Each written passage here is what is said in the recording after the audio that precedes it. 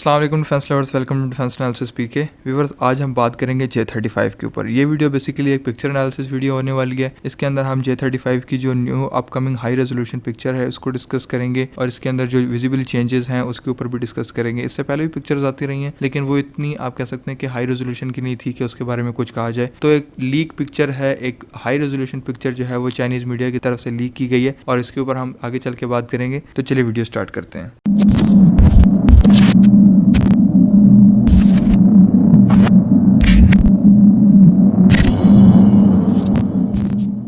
और सबसे पहली चीज़ जो आप J-35 फाइटर जेट को देखते साथ ही आपकी नज़र में आती है वो उसकी टेल है। टेल के ऊपर अगर आप जाएं तो सबसे पहले टेल के ऊपर शार्क का लोगो बना हुआ है जो इस चीज़ को कंफर्म करती है कि J-35 बेसिकली चाइनीज़ नेवी का जहाज़ है, क्योंकि J-15 जो इससे पहले चाइनीज़ नेवी यूज़ कर रही है उसके ऊपर भी बेसिकली इसी तरह की एक फ्लाइंग शार्क बनी होती है। इससे ये कन्फर्म हो गया कि ये नेवी का जहाज़ है। उसके बाद सेकेंड चीज़ जो आप इसके साथ देखेंगे, शार्क के साथ एक 35 नंबर में लगा हुआ है। आई बिलीव कि ये J-35 के मॉडल को जो है वो इंडिकेट कर रही है पिक्चर। इसके बाद थोड़ी सी अगर आप नीचे आ जाएं तो टेल के ऊपर एक और मार्किंग्स नजर आएंगे आपको। मार्किंग के अंदर लिखा हुआ है 350003। अब आई बिलीव कि J-35 जिस तरह जहाज का नाम है तो 35 उसके नाम से अखज़ किया गया है। इसके अलावा 000 और 3 का मतलब है कि ये थर्ड प्रोटोटाइप है। इससे पहले 2 प्रोटोटाइप बन चुके हैं, उनके ऊपर आप कह सकते हैं कि टेस्टिंग हो चुकी है। ये थर्ड प्रोटोटाइप है J-35 का जो कि मार्किंग से विजिबल है। और इसी के विंग्स के साथ भी आपने देखा होगा, विंग के ऊपर भी एक लिखा हुआ है छोटा सा 03। इसका मतलब ये है कि ये थर्ड प्रोटोटाइप है। इसके बाद आ जाते हैं लैंडिंग गियर के ऊपर। जो चाइनीज नेवी का जो ये जहाज है J-35, इसके लैंडिंग गियर्स आप देखेंगे तो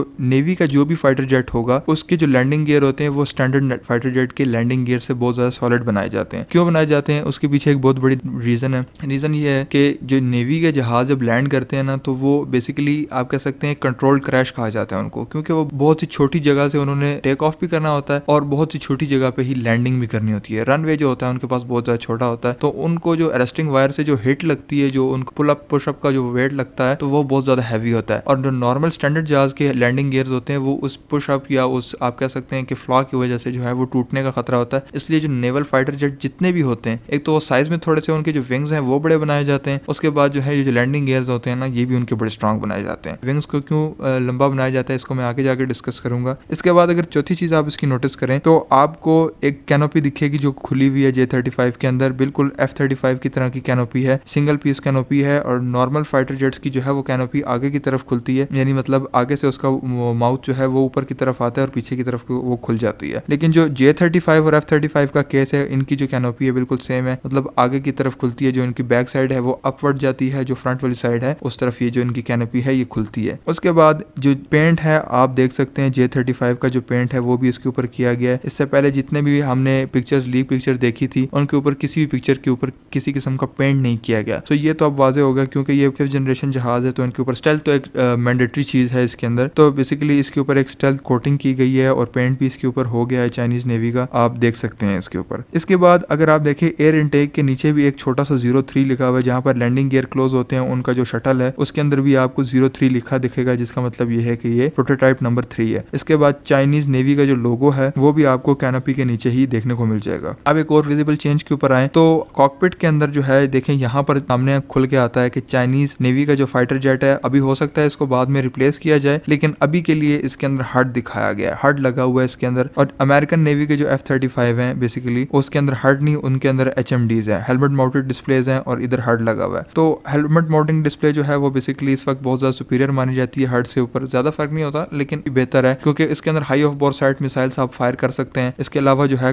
पायलट को काफी जो आप कह सकते हैं कन्वीनियंस होती है अपने टारगेट को अचीव करने के लिए। इसके बाद जो है इसके रेडार की तरफ आ जाए तो रेडार डोम जो है इसके अंदर इस वक्त तो किसी किस्म का रेडार लगाया हुआ नहीं है क्योंकि एक प्रोटोटाइप वर्जन है, लेकिन आगे चल के डेफिनेटली इसके अंदर एक अच्छा और एक बेहतरीन ऐसा रेडार लगाया जाएगा। क्योंकि अगर आप 5th जनरेशन का फाइटर जेट तैयार कर रहे हैं तो उसके अंदर कैपेबिलिटीज भी 5th जनरेशन फाइटर जेट वाली होनी चाहिए। और अब 4th जनरेशन जेट के अंदर भी ऐसा रेडार लगने शुरू हो गए हैं तो 5th जनरेशन के अंदर डेफिनेटली एक ऐसा रेडार लगेगा। इसके अलावा जो है टाइंग हुक है जो कि कैटापल्ट लॉन्च से किसी फाइटर जेट ने अगर कैटापल्ट लॉन्च से अगर लॉन्च होना है तो उसके अंदर एक अरेस्टिंग हुक भी आती है, उसके अंदर लगी हुई भी नहीं है इस वक्त। जो पुल अप हुक होती है जो कि फ्रंट जो लैंडिंग गियर होता है उसके साथ लगी होती है, जो कि कैटापल्ट लॉन्च के दौरान उसके अंदर टाई अप होती है और उसके बाद लॉन्च कर दिया जाता है उससे जहाज को। तो उसके सामने बेसिकली एक चाइनीज नेवी का या चाइनीज फोर्सेस का कोई बंदा आया हुआ है, वो सही से विजिबल नहीं है, लेकिन आप देख सकते हैं कि लैंडिंग गियर इतने स्ट्रॉन्ग है, मतलब ये नेवी का जहाज है। फिर मैंने वीडियो के स्टार्ट में एक बात की थी कि चाइनीज नेवी के जो जहाज हैं या किसी भी नेवी के जो जहाज हैं उनके विंग्स बड़े बनाए जाते हैं। वो बेसिकली इसलिए बनाए जाते हैं, जैसे कि मैंने आपको पहले अर्ज किया कि काफी छोटा रनवे होता है इनके पास, short take off short landing वाला सीन इन्होंने सेट करना होता है। तो जो बड़े विंग्स होते हैं उनको थ्रस्ट ज्यादा मिलती है, मतलब कवर एरिया ज्यादा हो जाता है, तो वो अच्छे तरीके से जो है ना वो पुल अप होते हैं, नीचे से प्रेशर आता है तो उनको लिफ्ट करने में आसानी होती है। इस वजह से इनको जो विंग्स हैं वो बड़े बनाए जाते हैं नेवी के किसी भी फाइटर के। इसके बाद एक और चीज अगर आप नोटिस करेंगे तो इस प्रोटोटाइप के अंदर जो J-35 नजर आ रहा है उसके अंदर किसी भी किस्म के फोल्डिंग विंग्स नहीं है, फिक्स विंग एयरक्राफ्ट इस वक्त दिखाया गया है। मैंने इससे पहले एक J-35 देखा था जिसके अंदर जो विंग्स थे वो रोलेबल थे, जिसके विंग्स जो है वो फोल्ड हो सकते थे, लेकिन इस वक्त के लिए जो थर्ड प्रोटोटाइप है इसके अंदर आप देख सकते हैं कि किसी किस्म की जो है वो फोल्डिंग नजर नहीं आ रही, ये फिक्स विंग एयरक्राफ्ट है। तो ये कुछ चेंजेस थी जो कि विजिबल थी